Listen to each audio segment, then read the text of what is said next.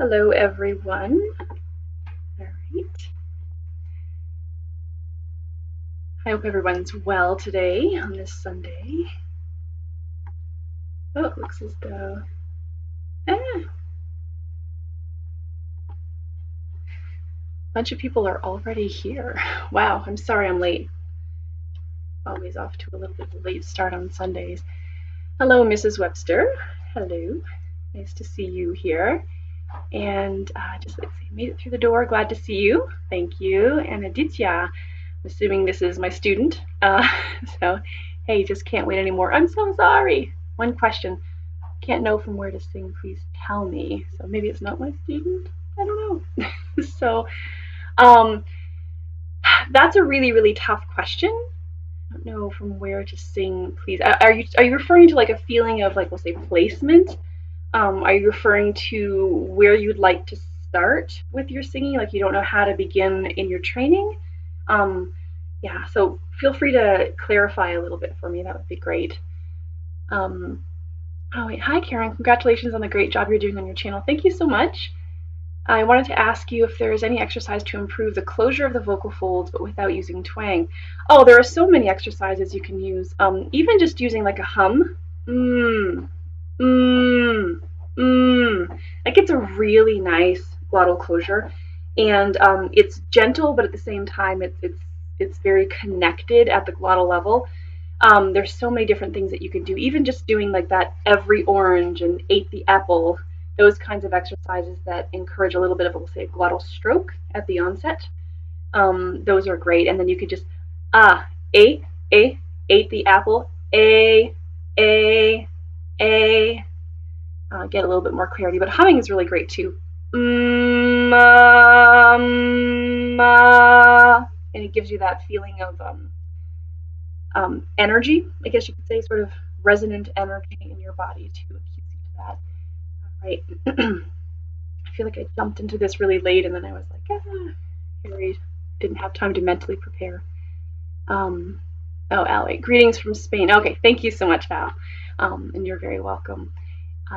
Let's see, Mrs. Webster, a great white north here. Oh, are you Canadian? Oh, my fellow Canadian. Hi. I wanted to hear about the singing through the straw technique someone mentioned on Jeff's show yesterday. She's referring to. Oh my gosh, I feel really bad. I just lost. I forgot his name. I just drew a blank. And yeah, I'm so sorry about that. Okay. Jeff's show yesterday, I see that video. What's the purpose of the exercise? So straw phonation is a really fun thing. I don't have a straw on me right now. There's one way over there.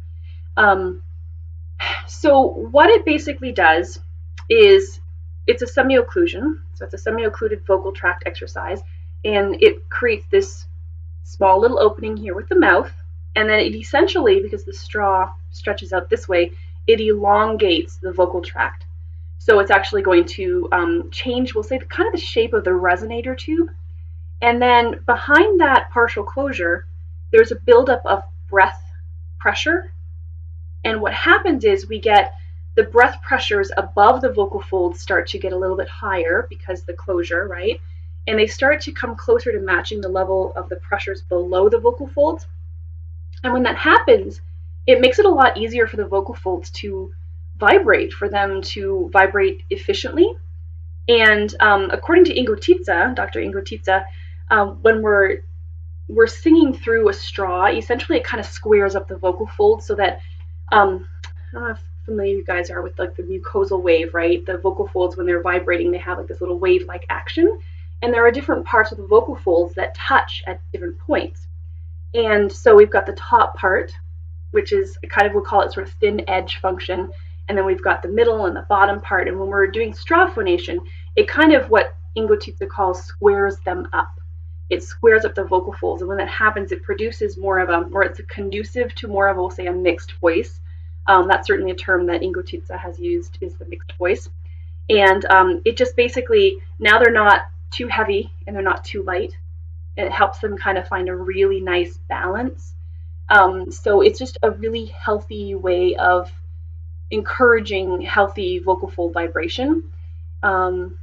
hopefully that answers the question. There's so many great things that it can do. I won't talk about innervative reactants or anything, but it just encourages a nice energy feedback loop as well between the vocal folds, the energy that they feed into the vocal tract, and then the energy that the vocal tract feeds back to the vocal folds as they vibrate. Let's see. Mrs. Webster, time zone math, funny thing. Oh, so you must be east or west of here in Canada. So, Dragon Ball Prince, yo, hello. That's okay. Did you did you ask me a question earlier? No, it wasn't you. That's okay. Oh, about the Jeff thing? I feel really bad. I don't know why I'm drawing a blank. His name was Jeff. I'm sorry. Liahui. You made it this time. Nice to see you. Maddie Morris, hello, love your videos. Thank you so much, Maddie. I appreciate that. Dragon Ball Prince. So, can you tell me what lyric tenors sing more chest or head voice? It really depends. It really depends. Like, I would say that somebody like Bruno Mars, obviously he's not trained classically, so we don't classify the voices as strictly in contemporary styles, but I would say that he's kind of a lyric tenor. He doesn't have a really weighty, robust tenor voice, and that doesn't mean it's wimpy. There's a difference there, because he can definitely belt. Um, and when he's belting, he can be up in chest voice, but then there are other times he sings in head voice and falsetto. And so it depends. A lot of it is how technically secure are you? Have you developed that ability to be able to carry your M1 or your chest voice function up higher? Are you able to carry your belt up higher? Belt is usually M1, has M1 as the foundation. It's like a chest voice foundation to give it that power. And yeah, like I guess a lot of it's the training and how do you use your voice. You could be a lyric tenor singing R&B, and in R&B, generally speaking, there's a lightness in the voice and oftentimes an airiness, and there's a lot more use of falsetto and head voice. And so, I mean, I can't really make sort of a blanket statement when it comes to that. So, if it's like a higher lyric tenor, if it's you're speaking of, you may find that you're more comfortable in head voice or falsetto. Sometimes that is the case, just as a soprano is often more comfortable in, the middle and higher ranges. So, and then singing in head voice as a result. Subia V, can you tell me how to place voice when singing in falsetto and head voice? So I don't really speak of placement per se. I always just say that in general, you want this feeling of the voice sort of being up and out of the throat, in the sense that we don't want a feeling of a lot of work happening here, even though, yes, that's where the work is happening or the bulk of the work. Generally speaking, we want a sense of the feeling of resonance being up higher. And that's just really the sensations that we have are just sympathetic resonance. They're a reflection of how we're shaping the vocal tract and where that pressure maxima is, where the air is, have it being slowed down, let's say, by the tongue being higher and closer to the hard palate. So a lot of singers report sort of feeling this idea of like, head voice kind of goes up into the back of the head. Some will say that they feel it more on the hard palate. It's kind of an individualized thing, and I wouldn't say that one is superior to the other. It really depends. It depends on that. But I always just say you just don't want a feeling of pushing, and you want to listen for the sound. You don't want it this this spread kind of sound where the voice just kind of lacks that focus. You want this nice, focused, clear sound, even when you're in head voice, even when you're above speech inflection range and you're not in a kind of mixed voice anymore. Today is hello, and Janet. Oh, is this Janet W? Hello. Amber. I'm not going to try your last name. I apologize. Do you have a favorite singing exercise that helps with getting better with rhythms? My college professors say stereotype is singers are bad with this. With rhythm? That's so funny. Yeah, so I find that generally speaking, and this isn't always the case, singers who play instruments are usually much better with rhythm than singers who don't play any other musical instruments. And that's just because they've learned to count. They've learned to give every single note its proper, rhythmic duration or its musical duration, and they've learned to really just kind of just ensure that everything kind of fits nice and neatly into that measure. And I just feel like musicians are far more aware of the musical aspects, not just the pitch, but the rhythm, the phrasing and such, generally speaking. So I think that's one thing, is to study. I don't have any exercises. I do some exercises. I teach an a cappella singing class to teens who don't have a lot of performing experience. Some of them have none. Some of them have sung in some local choirs and such. And we do some exercises at the beginning, just learning to be able to count out the notes, just teaching them some of the real basic things, such as a quarter note and a half note, and having them come up with their own rhythms. And so one of the things that I do when it comes to the music, I have them both learn by rote. Some of the songs that we perform are learned by rote, and others are learned, with sheet music in front of them. And when we're learning something by rote, I have them count out the duration. I have them learn to be able to, sort of mentally mark the start and the end of each measure, and be able to just sort of count that out. And it's really, really important, especially if you're singing in more classical styles where there's a little less leeway and freedom in terms of your phrasing, like what's written is what needs to be sung. If you're singing solo, and especially in contemporary styles, you can kind of do a little back phrasing, and you can do things like that. But in terms of the rhythm, I think a lot of it is just learning to be able to count things out and be very aware of the musical duration. You don't need a ton of musical training to do that, but some would really be helpful.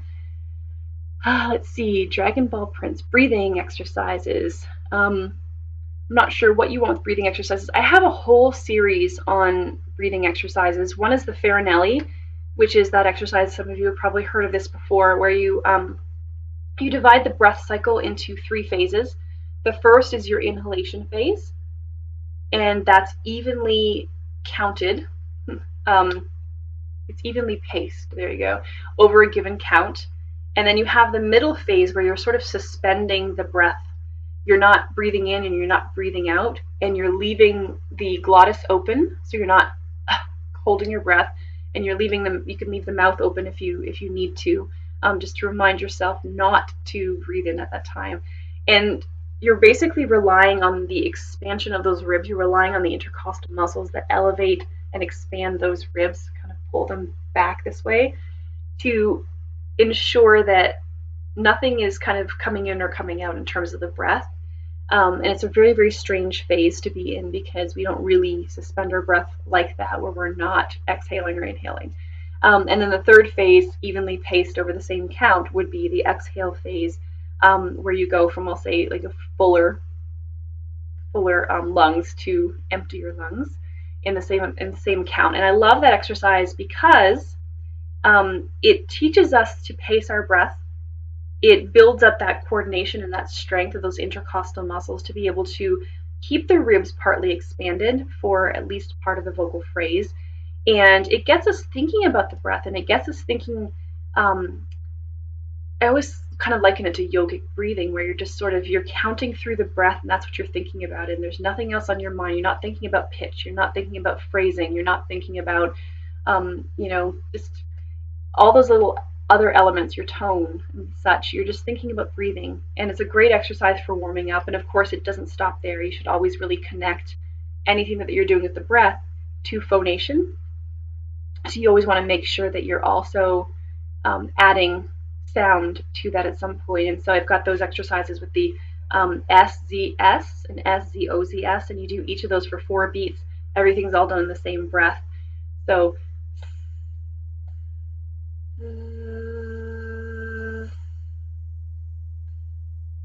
and then I always just say, don't just keep going until you're out of breath. You don't need to go until you're out of breath. But with this exercise, and you can slow that down if you need to, or speed it up as necessary. Focus on resisting that feeling of connecting, really connecting down here, feeling the ribs not being in a hurry to kind of just go and collapse.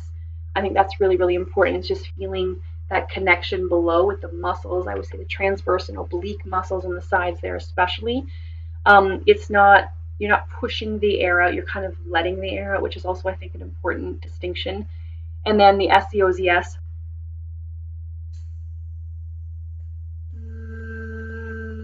Those.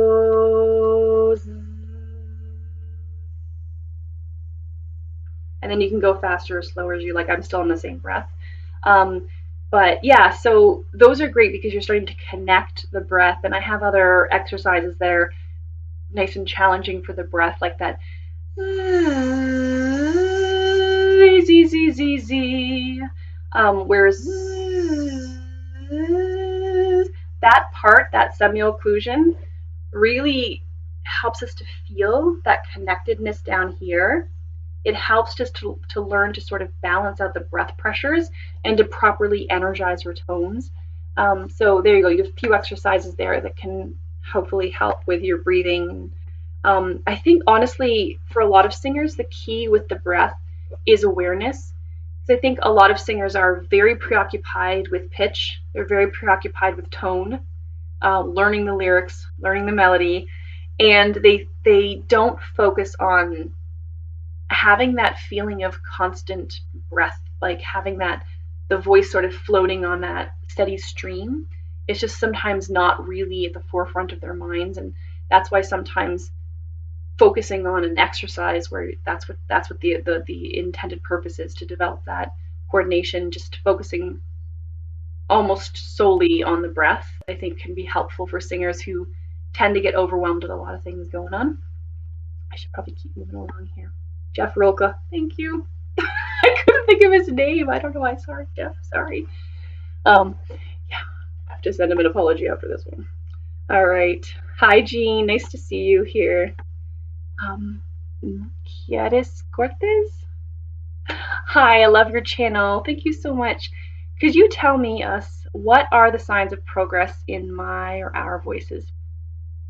That's why I'm a big fan of tracking your progress, right? I think it's really important that you start off with an idea, a fairly accurate assessment of where you're at starting out.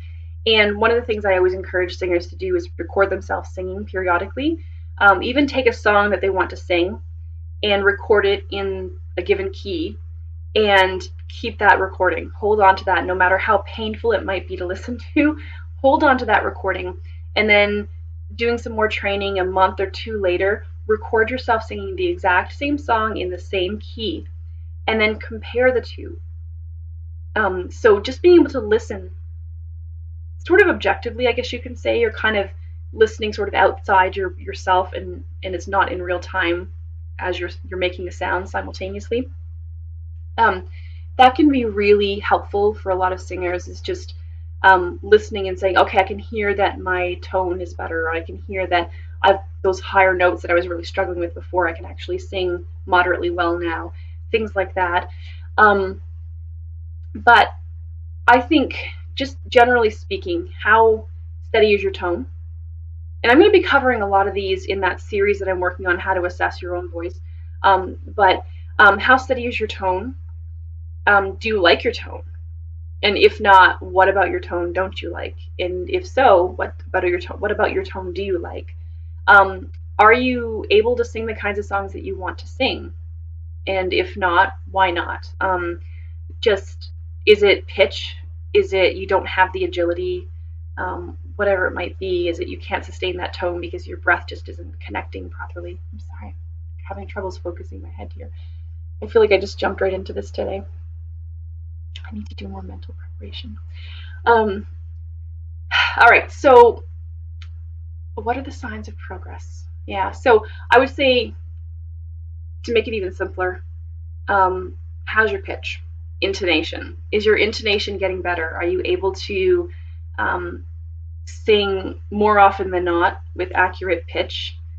And is your pitch improved from what it was before? How is your registration? Are you able to move between the registers? If you couldn't access your upper range at all before, can you now?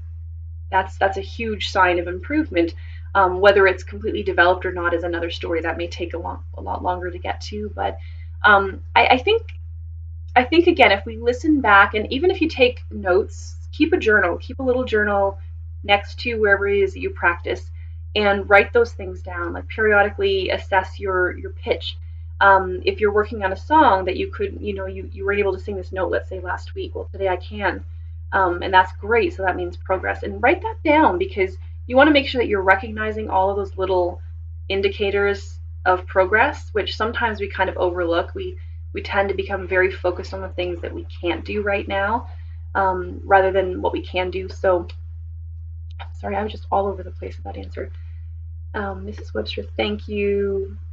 So I would use it when I'm trying to avoid tension. Oh, that's the straw exercise, right? Yeah. So the straw exercise is amazing for helping singers who do tend to have a lot of, we'll say, vocal hyperfunction. They tend to kind of strain and squeeze and press and so forth.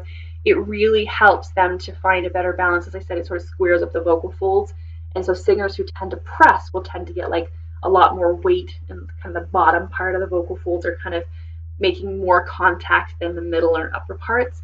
And because it kind of squares things up, it helps them find a little bit more balance in that, in how the vocal folds are operating. And I always say, like, if you, just as with the straw, right, I can feel that back pressure in there. It feels weird. It's not a bad, uncomfortable thing. It just feels different, right? Because we're used to phonating with our mouths open, so we don't have that pressure buildup. But that pressure buildup encourages that openness within the vocal tract. It's kind of hard to like really narrow. It's kind of like taking a balloon that's been inflated and then kind of squeezing. Just imagine how compressed that air would be in there. Let's see. Violetta, hey from Poland, I love your videos. Oh, hi. I don't think I've had anybody from Poland before. So welcome. Thank you so much for showing up. I love your videos. Thank you so much. In Hoxinho. I have no idea if I'm pronouncing that correctly, but hi everyone. He says hello. She says hello. I mostly sing in head voice. It says Prince, so I'm assuming you're male. Was it the question about tenors before? I apologize. Are you? Do you suspect that you're higher voiced, maybe? Like a higher tenor or a countertenor. Oftentimes, countertenors will sing almost exclusively in head voice function. Yeah, I don't know. It can even be things like, if you're having difficulties accessing your lower range, it could be a matter of like puberphonia, or it could be that you have tensions that are causing you to sing with a higher larynx which makes it easier to sing exclusively in the higher range and not so easy in the lower range. I don't know if you were looking for reasons why that might be the case, but most singers, apart from sopranos and countertenors, will tend to use a mix of chest voice and head voice, and you want that as an option, just stylistically and artistically and technically, because singing exclusively in head voice is going to really limit your options, and it's not necessarily going to be a commercially or professionally viable sound unless you're singing in classical music. And again, you sing, your higher voiced male or female, in this case male. So yeah, I would encourage you to explore both. And I always find that working on the lower part of the range actually helps to solidify and strengthen the upper part. So developing a good chest voice, it's important for all voice types, even the sopranos and countertenors. So yeah. Callum, hello. Callum Spooner Music. I feel like when I'm singing well, I get the following sensation. Like there is an uninterrupted column of air coming from the bottom of my diaphragm all the way up through my body to my mouth. Is this a good sensation to aim for? I think so. I think, again, we all register different sensations, and some of us are more aware of things than others. So yeah, I mean, in terms of the breath, when I feel like I'm really connecting well with the breath, I feel a sense of connectedness here, and it feels very fluid, and things just seem to flow. You've probably heard that like expression, sort of spinning, like things are just kind of spinning, and they almost have not a life of their own, but they're just like this momentum that gets going, and it just becomes easier. It becomes more efficient.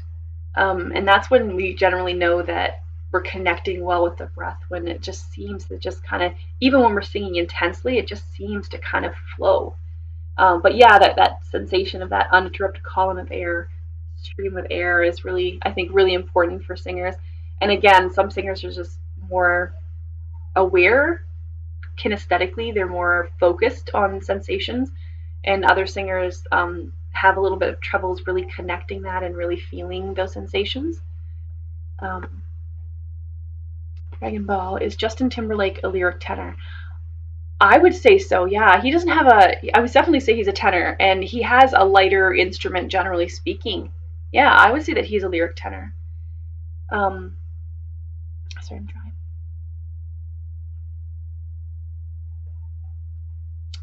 Fried Cash, it's an interesting name. I thought this was a QAnon update at first. Oh, love your videos. I'm not sure what that is. I'm sorry.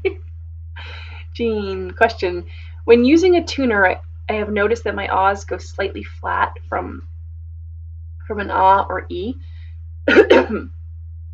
Or is that an ah? Is that an ah?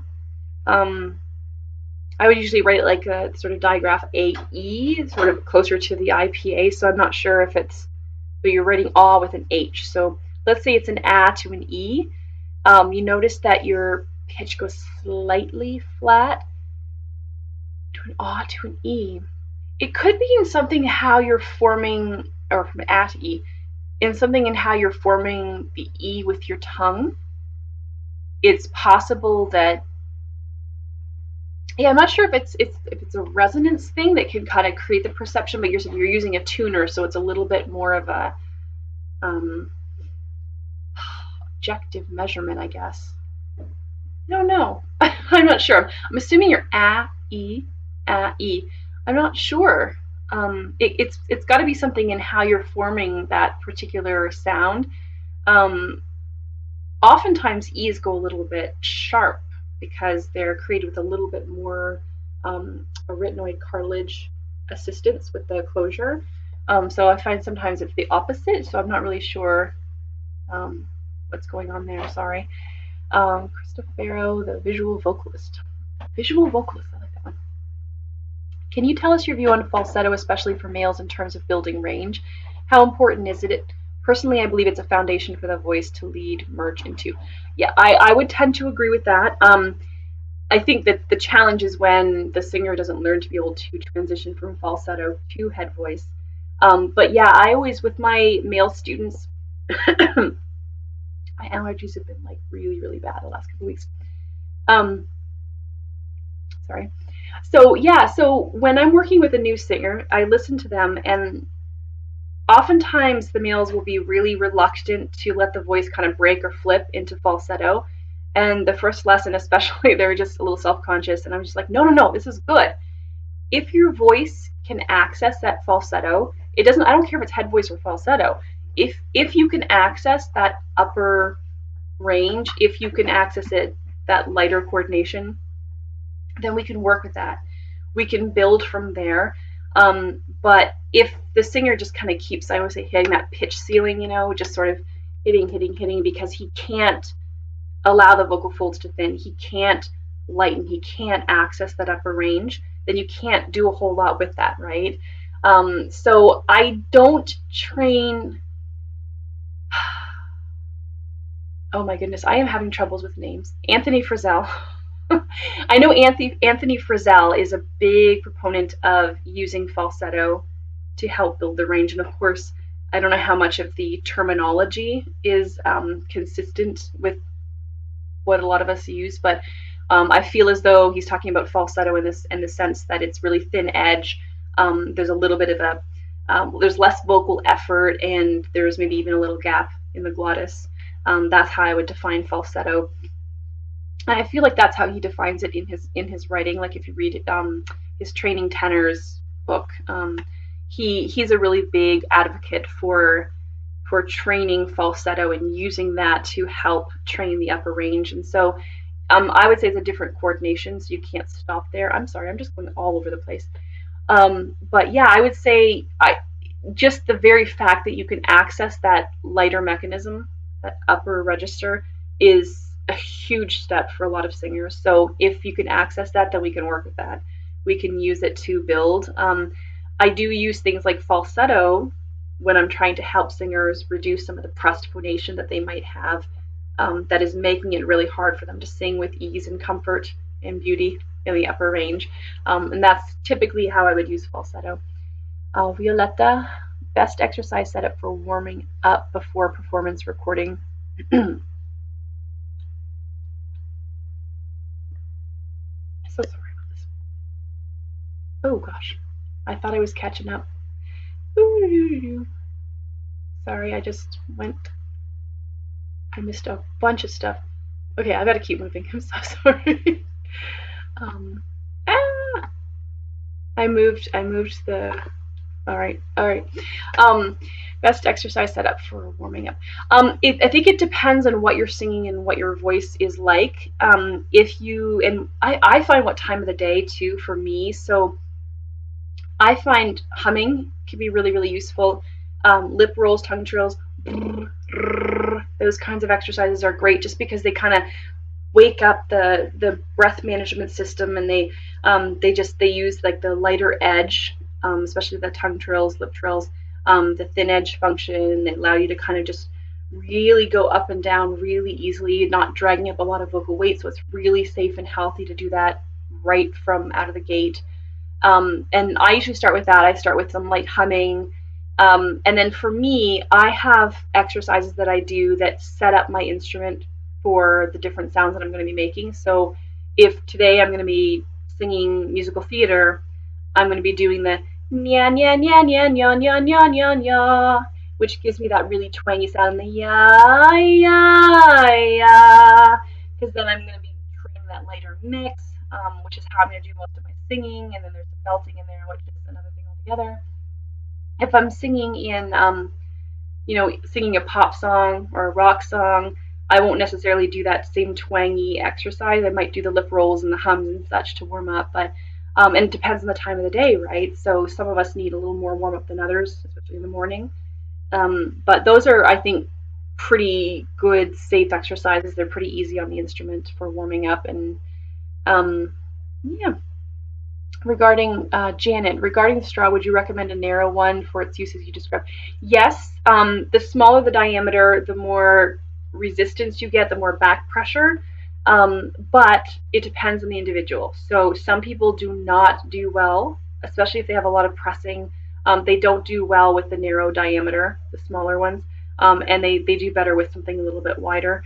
So try a few different diameters, and see what works for you. See which one feels the best and seems to be really encouraging that efficiency and that nice feeling of openness and ease in your production. That would be my recommendation. Oh, Jean Bradley, I find that I got when I'm doing ahs as well, or add the long. Oh, A? Is that the vowel A that you're thinking about? Okay. We need to use IPA. I have no idea. The long A. Okay. If that's the case, you're talking about A. So A, E, A. It might again be in the tongue position.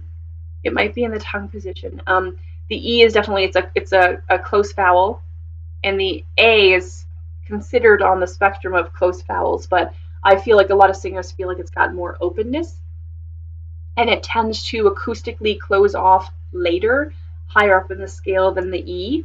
So you may find too that you're sort of switching registers, or you're with the E, you might be going from A, from like an open resonance. So the second harmonic is below the first formant, and then with the E, because it has a really low first formant, that you may find that it actually switched that around a little bit. So the second harmonic is now above, and that can cause things. You have to make some readjustments here sometimes. So I wonder if that's it. So Mrs. Webster says hello to Janet and hugs. Singing makes singer pants. I still love that name. Sneaking away from church for a bit to listen. Oh, you're naughty. But thank you. Gettys Ferguson. What suggestions do you have to relieve tension in the tongue and keep it relaxed while singing. I do have a few videos on this topic that I would encourage you to check out. I've got a few exercises. Sorry. So some exercises that encourage the tongue to just kind of lean, like the root of the tongue to sort of lean on the front wall of the throat, the pharynx, and to become very passive and wide. So I have exercises that I just I'll often start off with just humming, and then encouraging the singer to go from that feeling of everything being relaxed, and just encouraging the tongue to feel, even though it's kind of going back into the opposition, to feel the same way. Or that exercise where we gently bite down on the sides of the tongue to keep the tongue wide, and that will help to release the tongue. I always say, if you are somebody who has a lot of tongue tension throughout the day, as I do, I find myself in very strange knots in my tongue throughout the day when I'm just relaxing. I find that just doing some tongue stretching there, doing that for a while and just really feeling those long muscles, and the massage with the finger and the thumb along the sides of the tongue, starting out with that before I even start vocalizing is really good, or when I start to feel any kind of tensions creeping in. But I have tensions before I start singing, so I usually have to do some massaging and stretching before I start.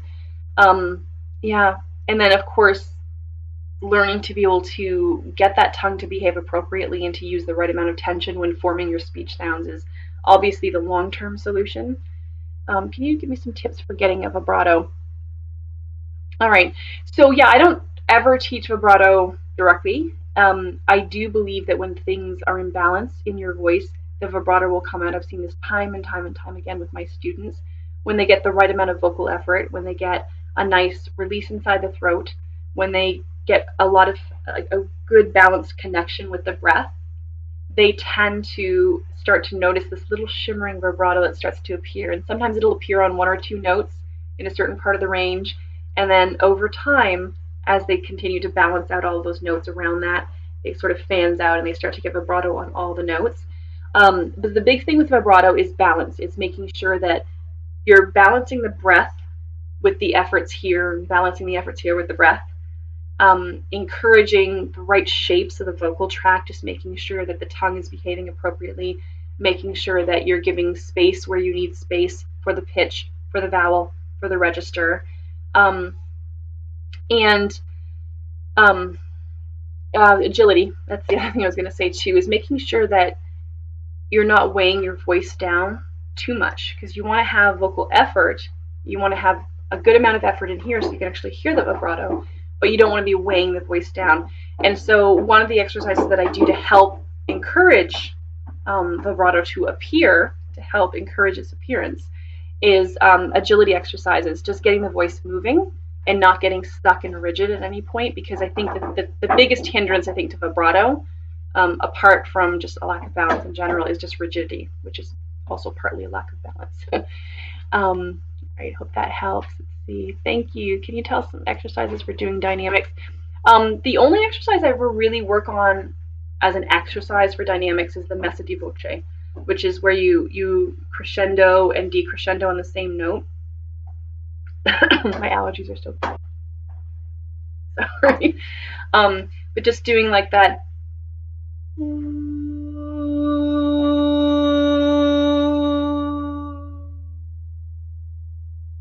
And letting the voice just kind of swell and go to whatever is your maximum. You don't have to go to a forte. It can be sort of mezzo forte. Like, you don't have to take it there, but to learn to be able to go from quieter note. I go for like pianissimo when I do that. And sometimes that requires us to even change registers mid-note. As we get to a certain loudness, you may notice that there are changes. But that's, to me, the big one. And in order to be able to swell the voice very evenly, and then to let it sort of decrescendo very evenly in a very, very steady way, not to go or bring it down too much too quickly. to really control that. It's considered an advanced kind of technique. It takes an incredible amount of control. So I think that's the big thing. But dynamics, I mean, yeah, I mean, there are exercises that I do that are kind of belting exercises and stuff, but I don't think that's necessarily controlling dynamics. That's learning a specific coordination. Chill detector, interesting. Probably a weird question, but can excessive mucus in the throat cause distortion? Absolutely.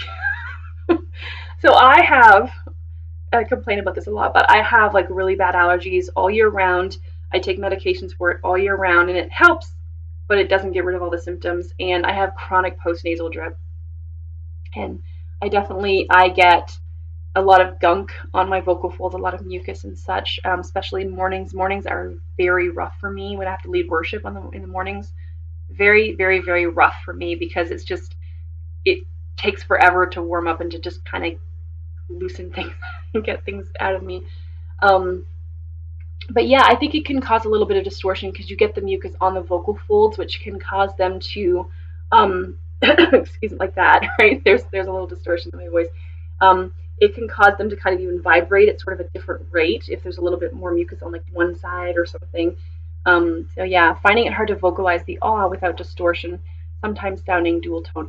Okay, so that's an interesting thing. Yeah, exactly. So you could have, and I don't know for sure, this is not a diagnosis, but it's possible to have parts of the vocal folds vibrating at different speeds, we'll say, at different frequencies. Like in the case of like nodules, for example, we'll sometimes see that you'll have like the vocal folds one will be vibrating at a different rate than the other, and you'll get diplophonia, so you'll get two different sounds. But the same thing can happen. I've noticed it happen with me before with the mucus, and I know it's clearly mucus. It's not a technical thing. And then it's like a little, and I'm fine again. Just a little bit of clearing that out, but it can definitely cause like that. Like I get sometimes like a rattling sound, but I don't typically get that diplophonic kind of sound where I have two different pitches, but it's quite possible that that's what it is. The other cause of diplophonia is often, besides vocal injury, like a vocal fold lesion, is oh my gosh, I completely lost my train of thought. I've got people walking around behind me, you can't see. And the other thing would be just tensions. Tensions, a lot of excessive tensions in the vocal folds that can cause things to not work well. People saying hello. How do you highlight in orange? Oh, if you're like trying to highlight my name, just put at and then start typing Singwise, and that's how it will do that. Yeah, you skipped me. Did I? Sorry, Tadeus. What did I skip? I'll have to go back and see. Okay, I am falling behind here, but I'll go back. What did I skip? What did I skip? Oh, all I have is a hello. Well, hello. So hopefully I didn't miss a question. If I did, please nudge me. See, my voice is like right now, it's so bad, and it's my allergies. All right, see. I'm going down here. Sorry, guys, I'm really disorganized here. You skipped me. But hello. Mrs. Webster, cool. I love the three-phase breathing explained. Please tell us again what it's called so I can search for it and add it to my practice list. Okay, yeah, it's called the Farinelli exercise, Farinelli. I do outline it in one of my breath management videos. You'll find it there somewhere if you typed in Farinelli exercise. Oh, Janet gave us the exercise there, yeah. So yeah, you can type in Farinelli and Singwise and it should show up. But there have been other singers who have described it as teachers who've described the exercise as well. There are different variations on that. Some will have a longer, instead of having the, like, let's say you do a count of 4, 4, and 4, so 4 inhale. You inhale evenly from empty to full for 4, not over full. And then the middle phase is 4, and then the suspension phase, and then the exhale phase is 4. And then in the next breath cycle, you go 5, 5, 5. Next breath cycle 6, 6, 6 until you get to your max. Most of us only get to about 6 or 7 initially, and then we make our way back down. Some singing teachers have different variations on that, where they'll do like a faster inhale, then a suspension phase, and then a slow exhale, for example, which actually can also be really useful because in real life situations, real singing situations, we actually do inhale a little faster, and we want to be able to train the ribs to stay open for part of the vocal phrase. Sorry. And then we have a longer exhale phase. This is Webster alone. I am rarely here for the same reason. Oh, from church? Is that why? Janet, when you put an ad, oh, there you go. See, Mrs. Webster's right on top of it. Jean Bradley, I use straw between sets and periodically between exercises. Yes. Yeah, it's great for warming up. I actually have some of my students keep straws in their vehicle so that they can phonate and just keep their voices really just in great shape on the way to and from work, especially if they work at jobs where they have to talk a lot. Straws are really great. They're just really, really, I'll say, easy on the instrument. Even when you're singing at higher intensities, they really encourage that balance. There are some comments in the live chat that are getting missed by going through the top chat, FYI. Ah, interesting. I had no. This sounded so stupid. All right, top chat. I don't know how to change that.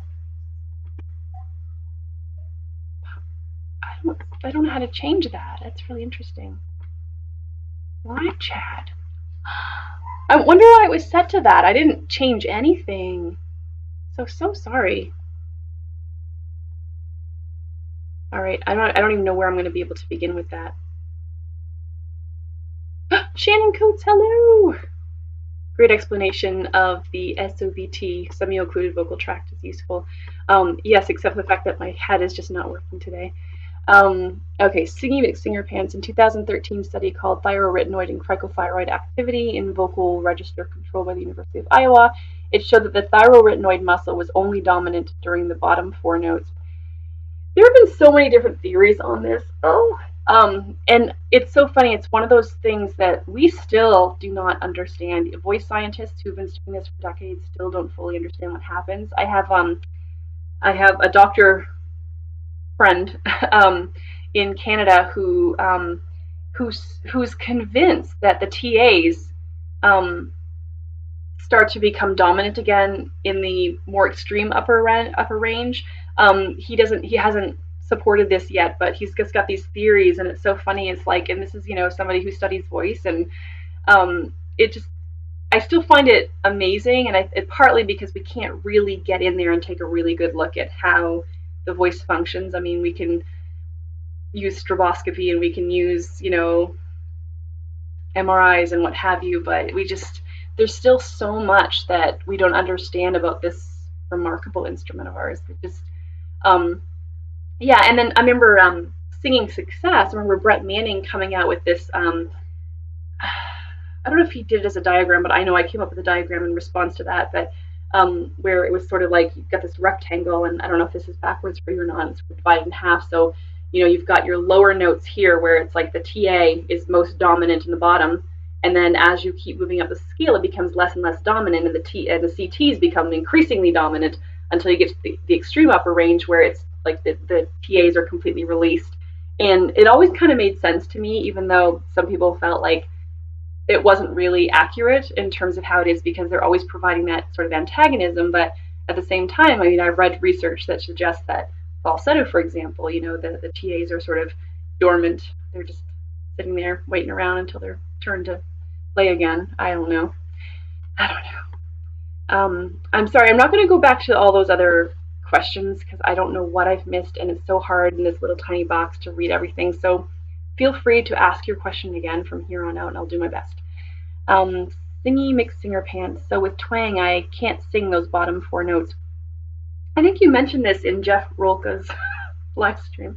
I feel so bad, I forgot his name. Yeah, it's interesting. The absolute lowest notes of your range, it may be hard because when we get to the extreme lower range, the vocal folds just become so slack and so compact, and we pretty much, vocal fry becomes one of the only options down there. I find that twang can help me hold off on the vocal fry quality for several notes, but when I get to the extreme lower range, there's a little hint of that vocal fry in there. So it's possible that the twang, and depending on how you're making twang, are you making twang with the larynx up a little bit higher? If that's the case, then yeah, it might be harder to sing those bottommost notes with the larynx slightly higher. So I mean, I wouldn't stress out about it, to be honest. Just focus on a nice clear vowel, nice clear ringing vowel quality, and you'll be fine. Even with vocal fry, you can get a nice clear vowel. And how that affects the thyroarytenoid muscle. Oh, that was the rest of your question.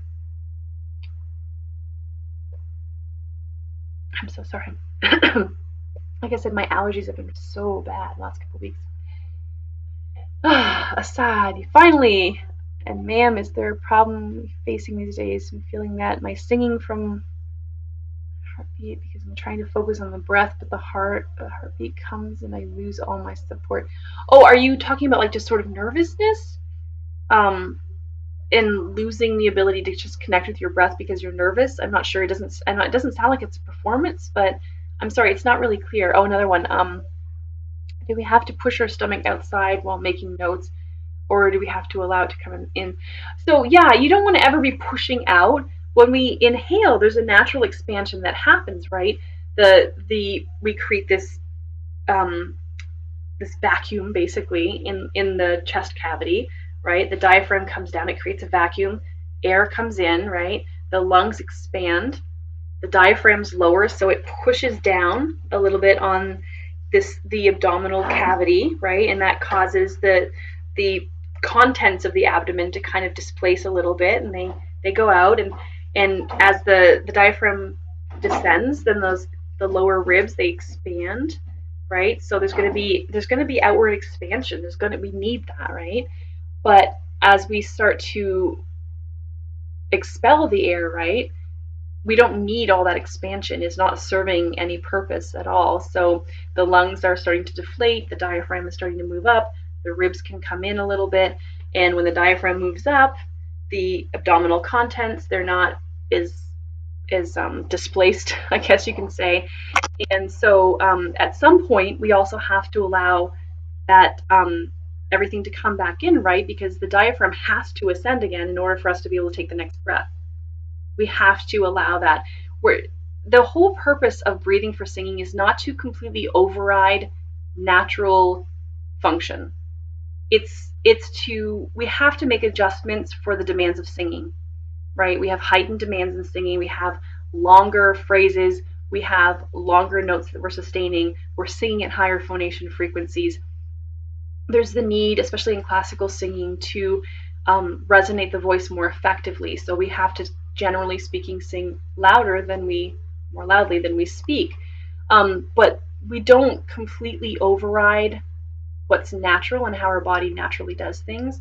I think that's a mistake that a lot of singers make, is they somehow think, well, this is singing and this is speaking, this is breathing for singing, this is breathing for speaking, and they start to find that there's a disconnect there, and what works well for them in speech, they just kind of reject outright, and that, I think, that can be a really dangerous place to be in. Excuse me. In Haxinio. I don't know if I'm pronouncing that correctly. Oh, sorry. Can you define falsetto and demo how to switch it during singing? There are conflicting definitions out there. All right, so my definition of falsetto is sort of the more medical definition, which is it's like thin edge function of the vocal fold. So like, again, if you look at that sort of mucosal wave, right, and you've got like the bottom, which is a little heavier, and then the top, I don't have a diagram, but it's sort of like vocal folds are kind of like, we'll say, shaped like that. It's more thin edge function, just sort of the edges. And I always define falsetto as being in that sort of, we'll say, M2. In terms of the vibratory pattern of the vocal folds, they have a certain vibrational pattern. And then this to me is also key, is the vocal folds are slightly apart. There's a little gap in the glottis, and that's more the medical definition. But what we've seen in a lot of the history of pedagogy has been really confusing. So there are lots of books out there that use falsetto for any high pitch, even for females, and there are some that use it just for males, and women have head voice, and it's so confusing. And some people will say that, well, women don't have falsetto because falsetto's, it's sort of imitative of the female upper range, and so women can't have that because we're already female. You know, and if we try to sound like we're in falsetto, we just sound airy or breathy. And I mean, if you're looking at the medical definition, women can sing in falsetto. It's just going to sound airy. It is going to sound different from how males sound. But you could describe it as falsetto, I suppose, in the upper range. But yeah, like the falsetto to me is like ha ha. You know, I'm adding a lot of air to it there just to kind of show the difference as opposed to ah ah, where it's clearer, right? I wouldn't call that falsetto, but then there's like the ooh, ooh, little air in the sound, right? Ooh, no air in the sound, very subtle difference there. And I would say that the latter one there was more of a hoot. Woohoo! Woo! Woo! Woo! Oh, my allergies are so bad. All right, healthy again. Oh wow, it's been almost an hour. There's lots of questions today. Let's see. Thank you very much. Oh, I hope that answers your question. Yeah, I hope it answers your question. So thank you very much. One problem I find is that the uninterrupted column of air sensation is that since the air is being pulled from the diaphragm, that I run out of air quickly in trying to apply appoggio cuts off that connected feeling. You mean like in trying to keep the ribs expanded? Is that what you mean by appoggio? Because I think again there might be some differing definitions here. I'm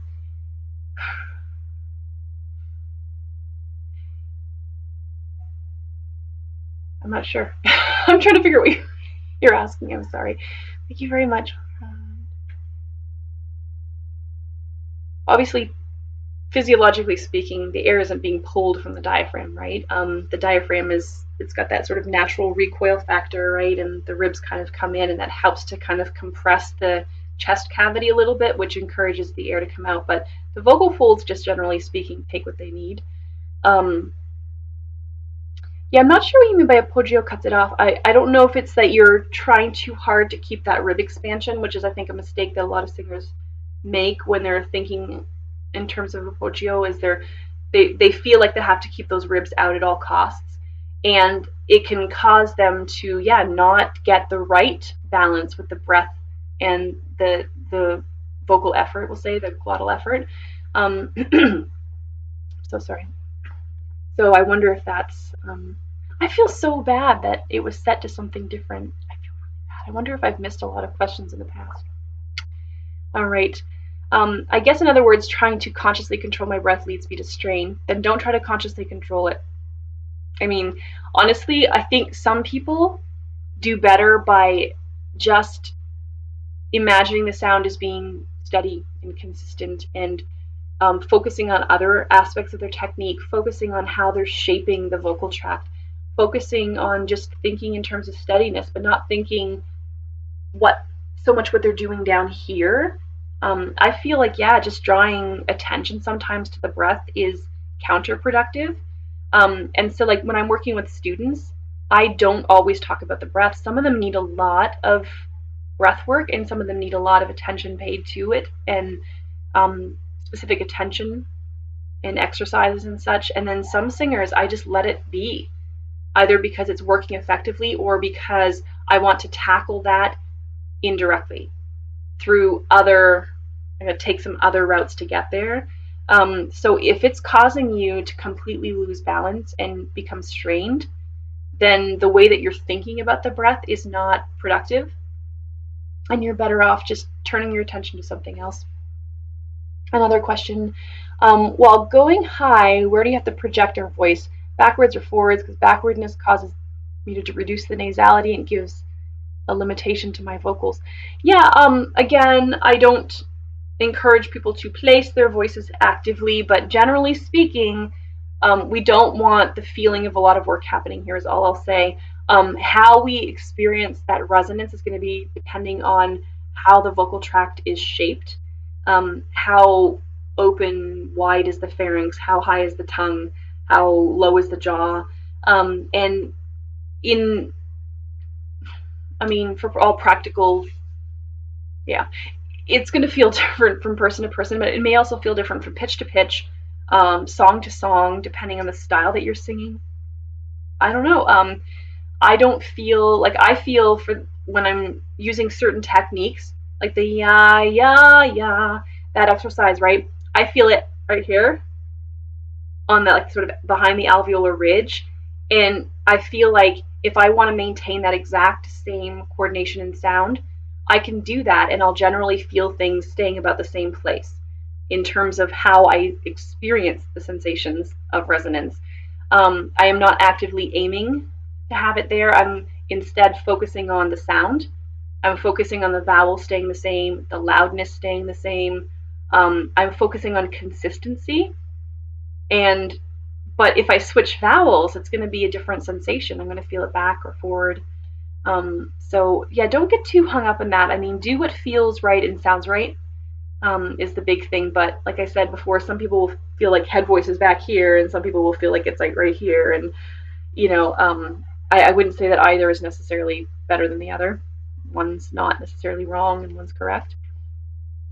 All right, we got to move along. All right, Mrs. Webster, would you please talk about the thin edge stuff in a video?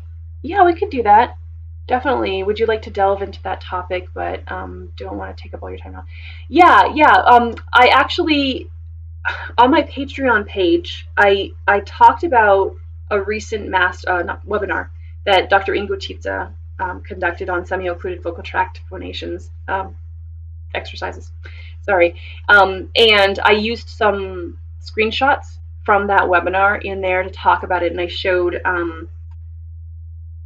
what he was talking about in terms of thin edge function and how he kind of associates that with more like a falsetto sound. Yeah, so that might explain it more, but I was planning to talk about a little bit more about what he talked about in terms of compression and different types of compression, because somebody in my last live stream asked me to talk about compression. And I could probably also combine that a little bit, maybe. We'll see. All right. Let's see. Jean, to be clear, we as in B and A. So AE would be A in IPA. So, but you have in day, and father. Be flat going from one to the other. Again, I suspect that has to do with there are some slight differences in terms of how the vocal folds come together from vowel to vowel. With the E, the arytenoids are almost touching each other. With A, they're actually not as close, so you could have good glottal closure. But that's why a lot of singers who have hyperfunction struggle with E in the higher range a little bit more. They tend to feel more strain and squeeze. So there could be something in terms of going from having more arytenoid assistance to having less, or less to more, that could be causing that, because it alters the tensions of the vocal folds a little bit, and being able to adjust accordingly is one of those like fine-tuning skills that you have to work on. And again, it could be partly resonance, just because the tongue is shaped differently, the mouth is shaped differently, the jaw is in a different position. So all those factors combined, so what's happening here also influences what's happening here, and then what's happening here influences what's happening here. So it's I would say going from excuse me, I don't think I can demonstrate anything today, but going from one vowel to the other, don't make it a radical adjustment. I would slowly go from E,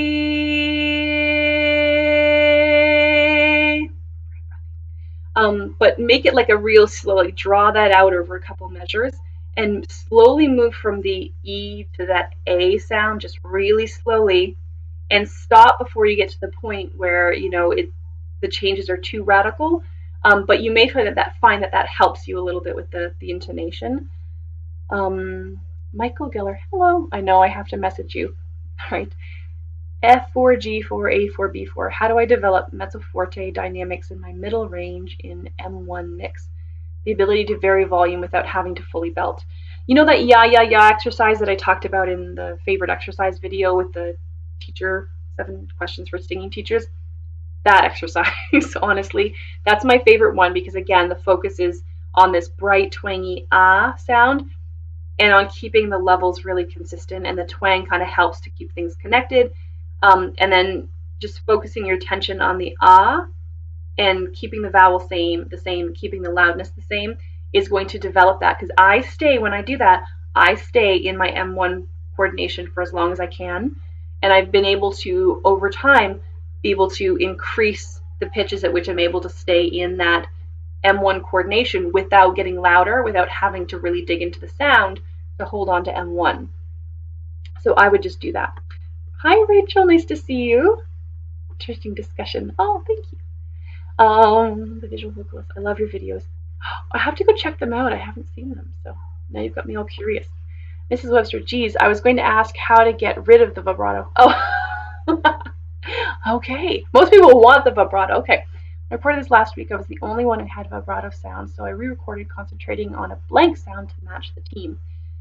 So sometimes with vibrato, because there are times we don't always want it in there, right? There are times when we, especially in like pop music and such, you'll generally only hear vibrato kind of on the end of a sustained tone or something like that. You won't hear it, generally speaking, for most singers all the time. It's not like in classical music where you're supposed to have vibrato from the start to the finish of the note, regardless of the duration of the note. So yeah, sometimes singers just have that vibratory sound so deeply ingrained in their technique, and it's hard to kind of get rid of it, and especially if it's related to diaphragmatic action. Sometimes we'll see singers who kind of sort of pulsate the diaphragm to create that oscillatory sound, that vibratory sound, and as a result, what happens is they get that vibrato becomes entrenched in their breath management strategy, and then that is where it becomes really difficult for them to get rid of that because they're using the breath all the time, and it's hard to separate the two. So it could be, I mean, there are singers that really struggle to get a non-vibratory sound. I guess straight tone singing, we'll call it. Yeah,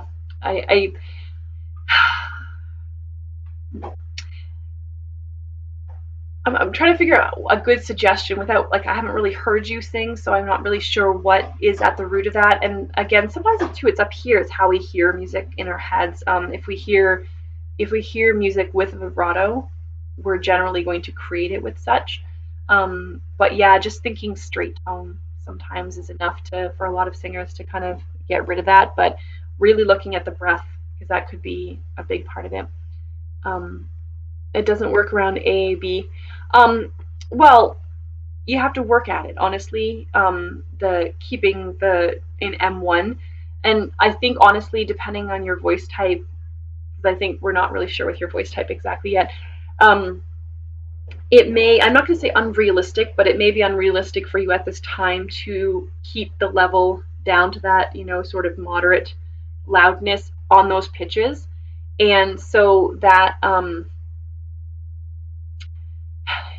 it's something that you have to work toward, because right now you may find that you have to get a little louder to stabilize that sound, and then over time you should be able to bring that down.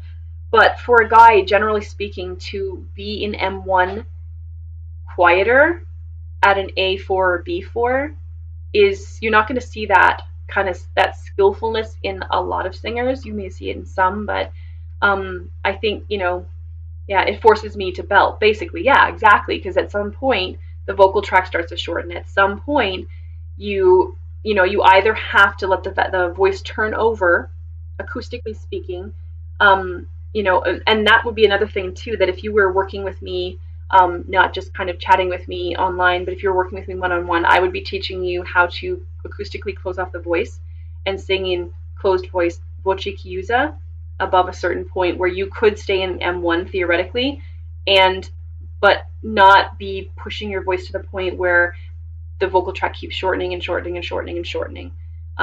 So voce chiusa might be the way to go with that. Like my voice naturally forces a belt in that area. Yeah, I mean, it's going to do that. You get to a point where, again, the vocal tract has to shorten to be able to stay in that same coordination. I just lost somebody else. Marjo, I apologize if I'm mispronouncing. Hey, Karyn, would you do a series on different genres, pop, rock, soul, jazz, country, etc.? Like, what are the typical characteristics for different genres and how to sound authentic?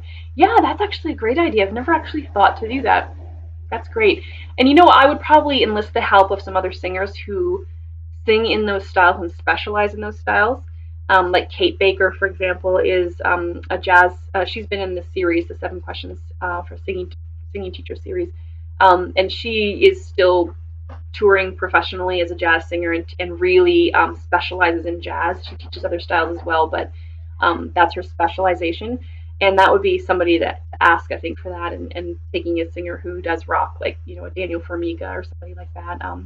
He doesn't just rock though, but that would be a lot of fun actually to talk about different genres specifically. Yeah, that's a great suggestion. Thank you.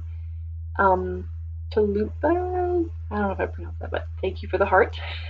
Suvia, I think while singing I develop a lot of jaw tension, and I don't know how. Can you tell something about this? Jaw tension can result from any number of things, from just poorly managed breath to just over enunciating. Sometimes we try too hard to sort of make our sound hear, and we are really using our muscles, our tongues, and our jaws excessively. Um, Sometimes being able to just kind of a gentle chewing action. It distorts the tone a little bit, but just kind of like circular motions this way. I wouldn't do circular motions this way because I don't like the jaw forcing forward, but just some slight, this. Sometimes even just massaging like those masseter muscles as you're singing your song. You just cue them. I actually have some students who do really well with just kind of putting their hands there, and they're not like pushing in, they're not massaging, they're just kind of putting their hands just gently, and there's some very gentle pressure. It just cues the jaw to sort of like hang instead of really trying to help everything all the time. Hopefully that helps. Did I miss something? I have a feeling I missed. Oh no, I didn't. So Michael says hello, I think. SSG mail. Um, Should you sing with the nasal port open or closed? Most confusing thing I find with most instruction you find. um, Generally speaking, any audible or perceptible nasality is generally not considered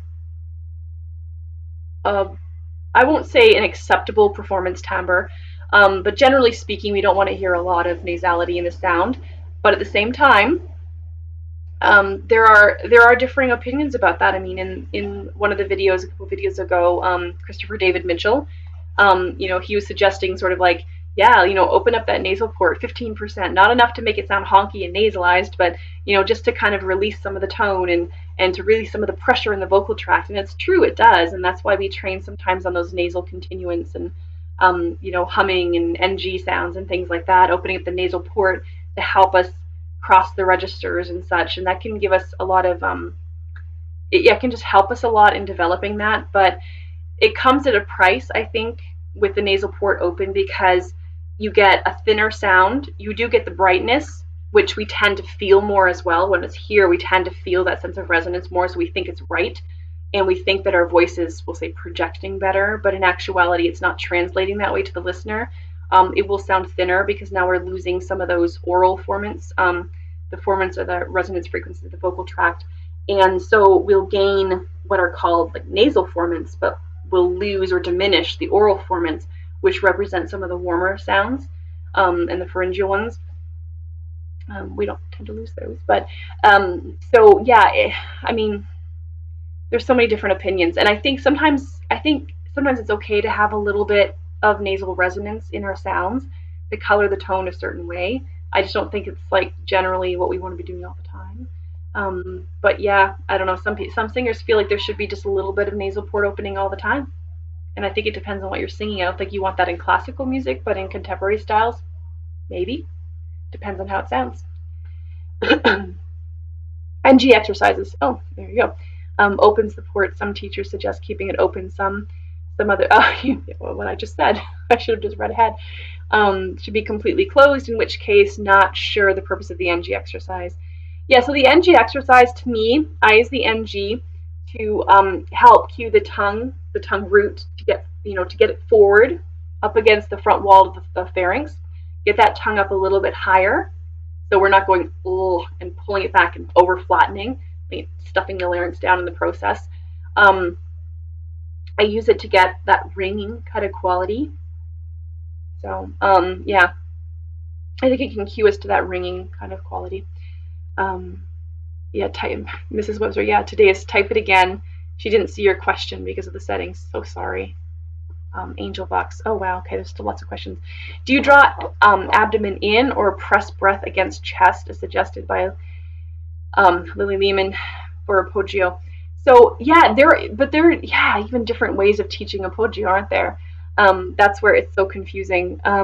I don't really talk honestly much about the chest. I generally encourage the sternum to stay elevated, regardless of the style in which we're singing. I don't like to see a lot of movement here with the shoulders. I don't like to see a lot of movement here with the upper ribs, that sort of gaspy breath where the upper ribs start to become used as accessories to, to the breath. But I always find that if we just raise the sternum to begin with and get in that good body alignment, the chest naturally opens up a little bit. And then I don't like the pressing down, but I won't necessarily say it's wrong. I think it really depends on the singer.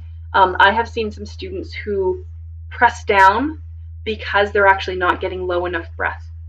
They're not actually filling up their lungs enough, so this is kind of a last resort, like they have no choice to finish the phrase or to finish the exercise. They have to collapse everything. They have to squeeze in from here. So, and I mean, I think it really depends. Generally speaking, I think it's better to have this quiet and to rely more on what's going on down here. Let's see. So Michael, again, due to middle range mix, the ability to vary. Oh, interesting. Okay, it's the same question. I don't know what happened there, but Brian, I think I have most techniques down, but I still can't get a consistently strong enough F4, A4. That's the trouble spot for guys in general. Is it possible that this just takes time rather than trying to find more techniques? It's possible. It's possible. If I were listening to you, I would know if you're on the right track, because sometimes you go through these periods where your voice is like unstable or it sounds really funky, it's doing weird things, but functionally speaking, I can hear that it's heading in the right direction, and then I just leave it. I accept that sort of the wobbliness or whatever it might be, because I know that underlying that the coordination is coming together. So sometimes it is just a matter of just kind of waiting it out. You've got to really just feel and listen, but don't listen aesthetically, listen functionally. Listen for, is the instrument starting to make the right adjustments, and you'll know partly by the sound. Like even if it's wobbly, sometimes you'll hear underneath that wobble or something, that instability, you'll hear a hint of something, that sort of embryonic sound coming through. And that's when you know it's right. So sometimes it is technique, and sometimes it's just you might be doing the right technique, but you're just not quite in 100% balance yet. So I don't know without listening to you. Dan Mitten, hello. You guys might remember Dan from the series as well. At what point in a young woman's vocal development do you decide to address breathiness in the tone?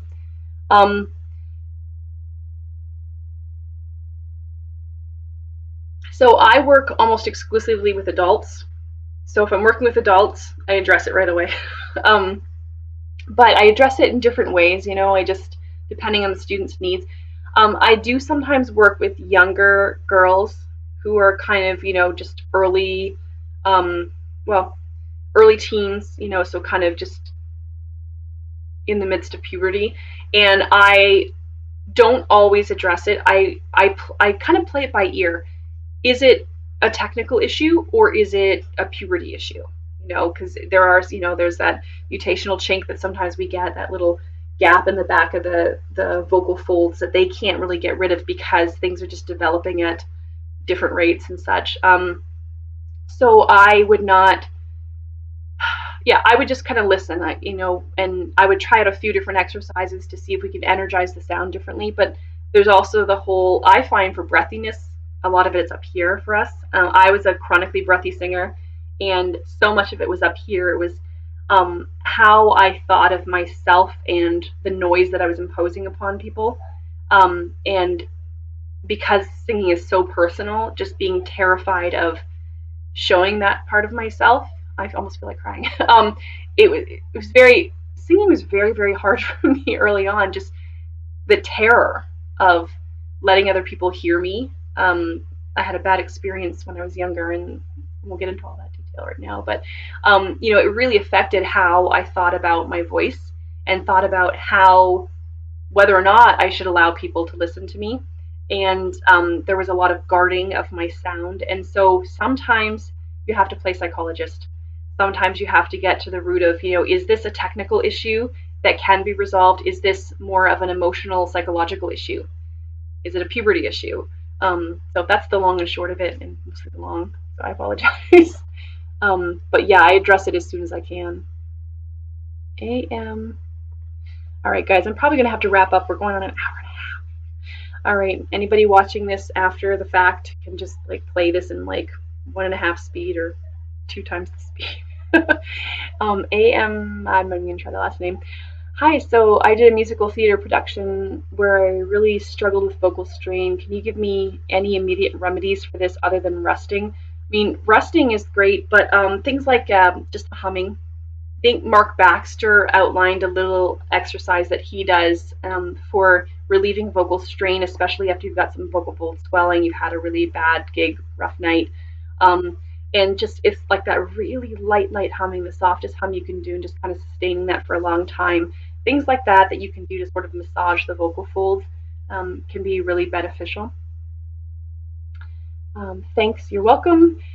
Humble trader, question. I used to be able to sing as high as E5 or F5 in a falsetto without forcing it when warmed up when I was in my 30s, but at some point around 40, I could only sing up to D5 in falsetto. So I'd say that, you know, 40's young still, but the voice does change. The thickness of the vocal folds, the last properties of the vocal fold, they start to change over time as we get, you know, in middle age, 40s, 50s, 60s, you know, and beyond. There's a change that starts to happen. A lot of women experience that around menopause, a little before menopause even. So in their 40s, men also can experience changes, hormonal changes around this time. So I would say that it could very well be a result of that. But it could also be just from lack of use. So I don't know how often you're singing, how often you're stretching your vocal folds. But it's one of those, like, if you don't use it, you lose it kind of things. So just, you know, keep exercising your instrument completely. Let's see, now mainly only C#5 on most days when warmed up. Should I be concerned about a loss of falsetto? Again, yeah, I keep exercising, keep stretching, lip rolls, tongue trills, up in that range, doing the whimpery, that cat sound, and just training the vocal folds to just stretch. Doing that all the time, you know, just not all the time, every day. Just always making sure you're exercising is going to be helpful. Let's see. Sean, hello. I have a question regarding NG exercise. When I do it, it seems as though something is blocked off. I don't feel strain in the throat, but I'm not getting the ring. Does it feel like blocked off more like sinusy? Because I know I don't do well with, I have like a deviated septum in addition to all the postnasal stuff that goes on, and I don't generally do well with humming type exercises. NGs I do okay with actually, but like M's in general, not as well. And I get like a rattle, but I feel like my nasal consonants in the upper range above, you know, maybe D5 or so, I struggle with a little bit, and I know it's related to sort of my anatomy, so I don't know if that's the case there. It loses, yeah, it could also be tongue tension. If you have, if you're like in an NG with a really tense tongue, that is going to not necessarily cause the sensation of strain, but for you to lose some of the ring, or if your NG is formed too far back, that may also be blocking off some of the nasal resonance that you need, obviously, because all the sound and resonance should be going through your nose in an NG. You know, that's probably it, actually, is probably that your NG is formed too far back. I always say make the NG have the tongue sort of sitting in front of the soft palate. Technically, it meets the soft palate and closes off the oral cavity, but have that tongue more fronted so that it's kind of in front so that you have more space back here and you're not blocking off that nasal port or the nasal pharynx. Jean, you're most welcome. Brian, all right, I gotta get going. A lot of people talk about muscle tension below the chin area. I've got a video coming out, but I almost want to say that it gets just slightly hard even when relaxed. Is this normal?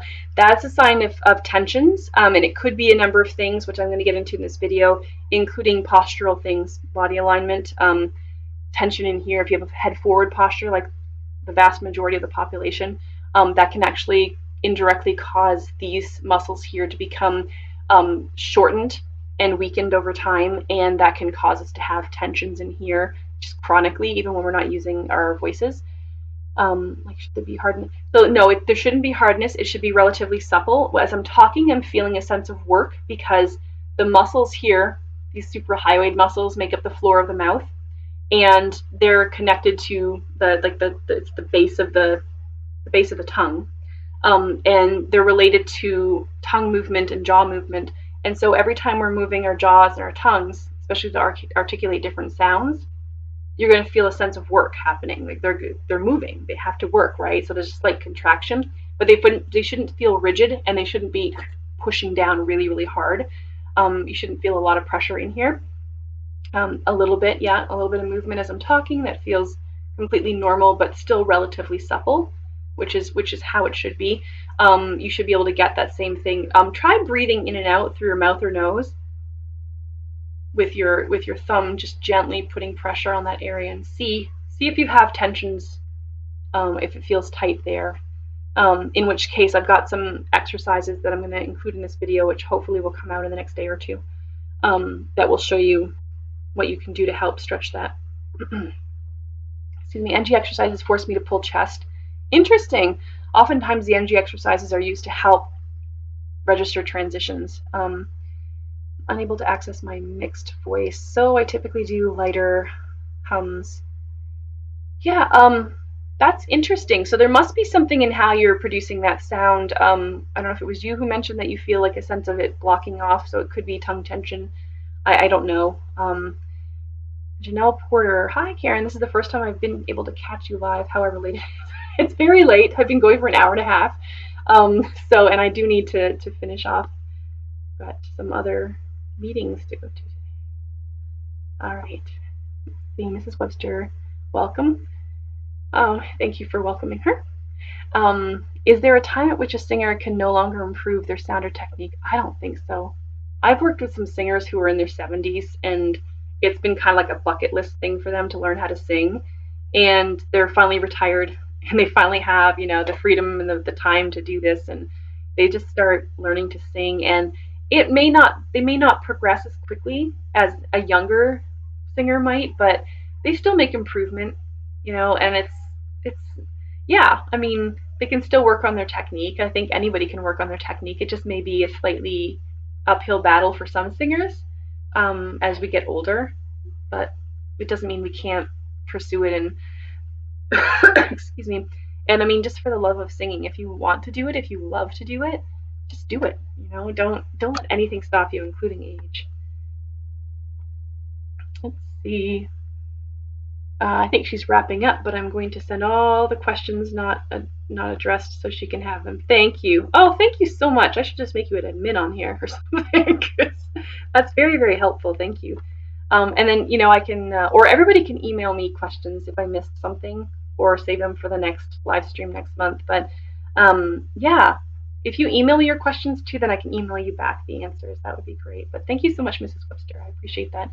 SD, hey, good to see you. Just got here, and I wanted to ask, I've been taking voice lessons like 10 within the last few weeks. My speaking voice feels much more comfortable now, but I find it hard getting the right placement while singing the ah vowel in up-tempo songs. And again, is this ah, is this ah? I don't know. I'm trying to sing with support and create a bright sound through the mask.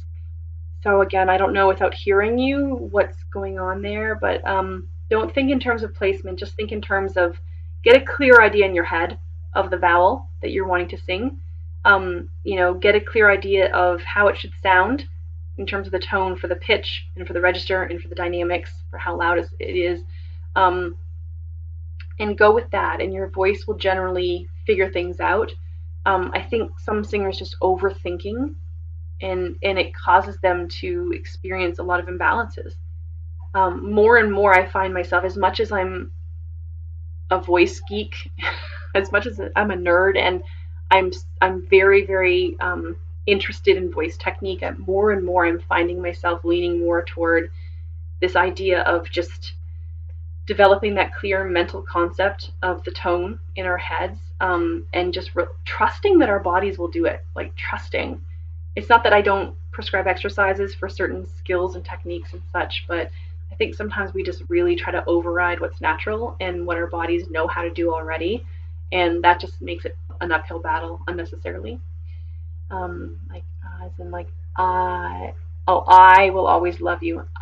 Again, so that's a diphthong. So I'm assuming it's in chest voice. So I'm going to make this the last question. It's been going for like an hour and a half. Wow. And what I get is forced vowel with uneven vibrato. I must be doing something wrong. Yeah, again, so you're saying forced vowel, but again, if you're thinking in terms of mask resonance and placement and such too, you could be forcing the vowel and causing that imbalance. And again, just start thinking more in terms of vowel quality, pitch, register, dynamics, and then see what happens. See if you find a much better balance that way. Yeah, well, I'm gonna head. It's been a long live stream today, so thank you to everybody who has joined me today. I really appreciate it, and I will see you next month at the same time, second Sunday of the month at 4:00 p.m. Eastern. And yeah, you're very welcome, SD. All right, so thank you everyone, and I will see you soon, hopefully. And I have to figure out how to exit this. All right, bye.